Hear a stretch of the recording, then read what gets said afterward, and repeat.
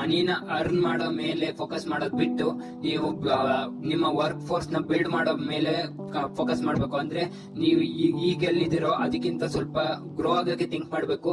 ಅಥವಾ ನೀವೇನಾರ ಸ್ವಂತ ಬಿಸ್ನೆಸ್ ಮಾಡ್ತಾ ಇದ್ರೆ ಅದನ್ನ 3 ಪಟ್ಟು 4 ಪಟ್ಟು ಪ್ರಾಫಿಟ್ ತೆಗಿಬಹುದು. 3 ಪಟ್ಟು 4 ಪಟ್ಟು ಅಂಗಡಿ ಹೆಂಗ್ ಮಾಡೋದು ಅಂತ ಥಿಂಕ್ ಮಾಡ್ಬೇಕು. ಅದನ್ನ ಗ್ರೋ ಮಾಡ್ಬೇಕು.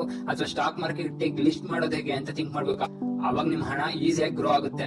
ಮತ್ತೆ ಸೊಸೈಟಿಗೆ ಏನಾದ್ರು ಕೊಡೋದಕ್ಕೆ ಯೋಚನೆ ಮಾಡ್ಬೇಕು. ಅಂದ್ರೆ ನೀವು ತುಂಬಾ ಅಂಗಡಿಗಳನ್ನ ಓಪನ್ ಮಾಡಿದ್ರೆ ವರ್ಕ್ ಕ್ರಿಯೇಟ್ ಆಗುತ್ತೆ, ಜನರಿಗೆ ಕೆಲಸ ಸಿಗುತ್ತೆ, ದುಡ್ಡು ಕೊಡ್ತೀರಾ ಅವರಿಗೆ, ಅದರಿಂದ ಗ್ರಾಟ್ಯೂಟಿ ಸಿಗುತ್ತೆ, ಅದರಿಂದ ನಿಮಗೆ ದುಡ್ಡು ಬೇಗ ಬರುತ್ತೆ.